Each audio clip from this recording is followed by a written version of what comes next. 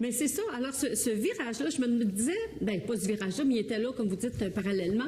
Mais les gens qui vous suivent et qui sont... Parce que j'ai remarqué une chose. Je parle avec des gens, je leur dis, ah, les extraterrestres, moi, je connais quelqu'un, puis bon, Jean Cazot, puis bon, son livre, on parle de toutes sortes de choses, puis ils disent, ah oui, moi, ça, je crois à ça. Par contre, c'est des gens qui ne croient pas en Dieu, qui se prétendent athées, qui ne croient pas à rien, mais ils vont croire à l'existence des extraterrestres. Et là, d'apprendre que finalement, il y a un lien entre les êtres de lumière ou... bon, c'est bien illustré, là. Ça s'explique, ça, en littérature, on appelle ça une dichotomie. Et ça s'explique par le fait que la compréhension que les gens ont d'un phénomène n'est pas nécessairement la même, même s'ils utilisent le même terme. Je m'explique. Moi, quand on parle d'extraterrestre, quelqu'un dans sa tête entend ça, lui, il voit des petits gris. Oui. D'autres voient autre chose, et autre chose, et autre chose, et autre chose. Si on parlait de Dieu, c'est la même chose, c'est encore pire. Oui. Quelqu'un, si on prononce le mot Dieu dans la tête de la grande majorité de nos auditeurs, c'est Dieu qu'on nous enseignait à l'école, dans les églises, puis on n'en veut pas de ça. Bon. Mais si je suis arabe musulman, Dieu c'est Allah, et puis c'est pas la même chose que le vôtre. Puis si je suis intégriste, ça a besoin d'être la même chose, sans ça je te fais sauter. C'est ça. Tout simple que ça. Les intégristes, c'est le même que ça marche. Par contre, les hindous vont avoir un Dieu totalement différent, ils en ont plusieurs. Alors, oui. Tu sais, pour un mot, juste un seul mot, Dieu, c'est...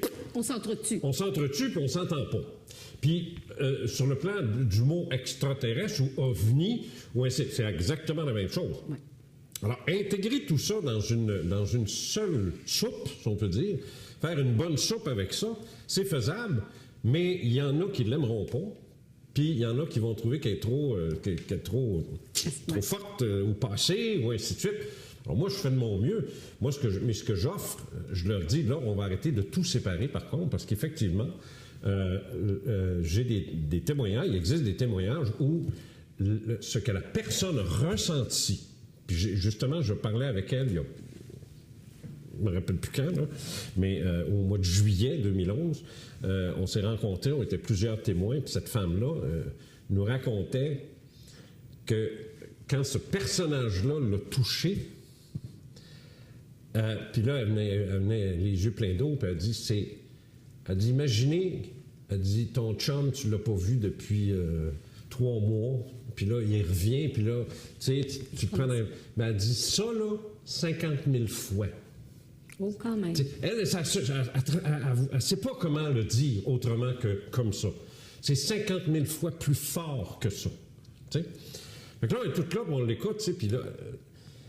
mais il y a des saintes, il y a des religieuses, des saints, Sainte-Thérèse d'Avila, puis Sainte-Thérèse qui écrivent des choses exactement... L'extase avec Jésus. L'extase de Sainte-Thérèse d'Avila, c'est presque les mêmes termes. Un amour de Jésus si intense que... Puis tu lis ça, puis t'écoutes. Madame... Oui. Voyons là. C'est exactement la même chose. Mais tu sais, l'Église ne reconnaîtra pas ma madame parce que c'est pas une religieuse, c'est pas une sainte, elle vit pas dans un monastère, puis ainsi de suite, puis elle est divorcée par une petite fille, puis elle se met en bikini sur la plage. Quelle horreur. L'Église n'en parlera jamais. On s'entend? Oui, oui. Alors, combien de témoignages comme ça sont mis de côté, négligés, ou vont passer dans un domaine autre que l'ufologie, parce que ça va être retenu par des groupes religieux, où les gens vont dire c'est un fantôme, c'était ce qu'elle a vu, là. Parce que c'est pas un petit gris, là, avec des gros yeux, là, qu'elle a vu, là.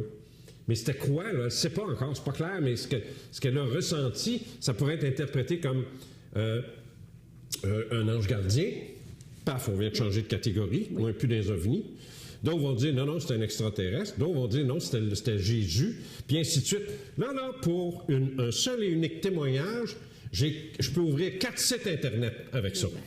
Ouais. Me suis-tu? 4 sites Internet pourraient parler de cette expérience-là de ma madame et se l'approprier puis dire regardez, là, la preuve que les anges gardiens existent. Écoutez le témoignage de Madame Chose. Puis ainsi de Dépendamment suite. de comment on... Exact. Et ce serait qu'une seule et même personne. C'est pour ça, moi, que j'ai arrêté d'appeler ça des extraterrestres. C'est fini, moi, là. Intelligence supérieure. Moi, j'appelle ça... Moi, je donne un mot que les gens sont pas obligés de le Mais retenir. je trouve que c'est Mais moi, assez je dis rassembleur. intelligence supérieure, parce que, ce sont des intelligences. C'est pas des morons, c'est pas des noix. Supérieurs, parce que je veux dire, regarde, oui, ils sont supérieurs. On va arrêter de se raconter des histoires, là, tu sais. Puis je pense que si on dit supérieur, on peut inclure ce que les gens peuvent appeler les anges, les êtres de lumière, les maîtres ascensionnés, parce que c'est supérieur et c'est quelque chose d'un peu plus haut. D'utiliser une expression maître ascensionné. Une utilisation d'un terme nouvel-âgiste typique. Que t'aimes pas. Que vous aimez. Non, moi, j'aime pas. Non, c'est vrai, mais c'est pas grave. C'est pas que j'aime ou que j'aime pas.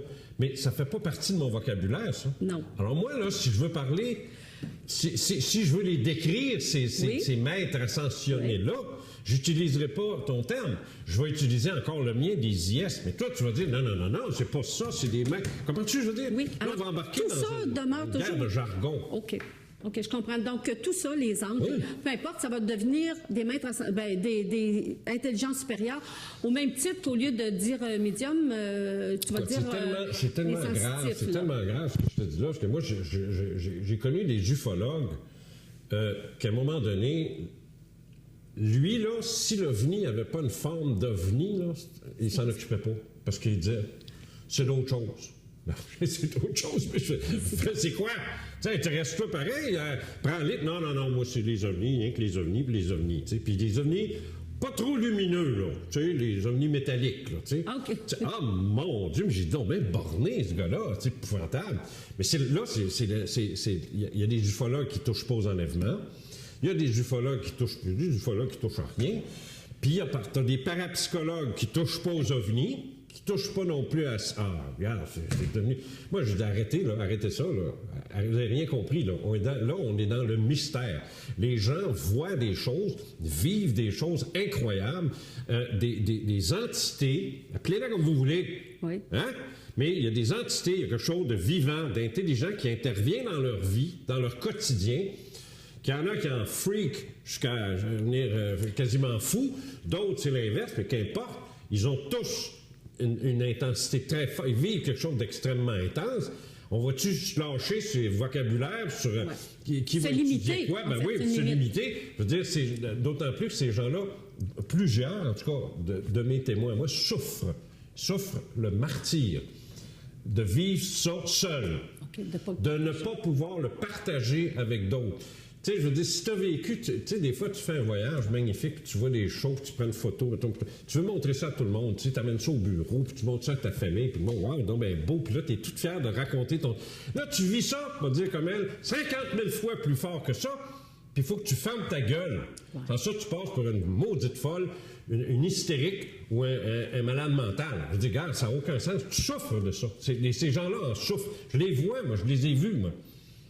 En souffrir direct devant moi. Parce que ils sont là, ils sont tellement contents de pouvoir s'ouvrir. Parce que là, il y avait des étrangers qui ont vécu la même affaire. Ça ne les dérangeait pas de s'ouvrir, là, parce que c'est comme une thérapie, dans le fond. Oui. Puis là, ça sortait les émotions, ça sortait. Mais je regarde ça, j'ai dit, ça n'a pas de bon sens. T'sais, ces gens-là vivent ça seuls. T'sais, ils vont retourner chez eux après. Là, puis là, il y en a une qui disait, moi, elle dit, je trouve ça merveilleux ce qui se passe ici, mais elle dit, rentre chez nous, il faut que j'oublie tout ça, là. Faut que je mette ça, tout ça de côté, là. Tout ça, là. Tout ce que j'ai appris, tout ce que j'ai entendu, là.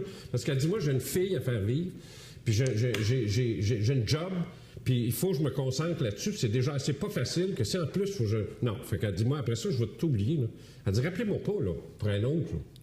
Okay. C'est fini, là. Parce qu'elle dit, il faut que je vive, là. J'ai une vie à vivre. Puis elle l'a crié, elle l'a pas dit, là. Il faut qu'elle mette cette vie-là en parenthèse. En fait, c'est comme sa vie en parenthèse. Quand elle est venue à ma rencontre, là, elle a mis sa vie en parenthèse. Là. OK, c'est l'inverse. Ouais. Elle a mis ça...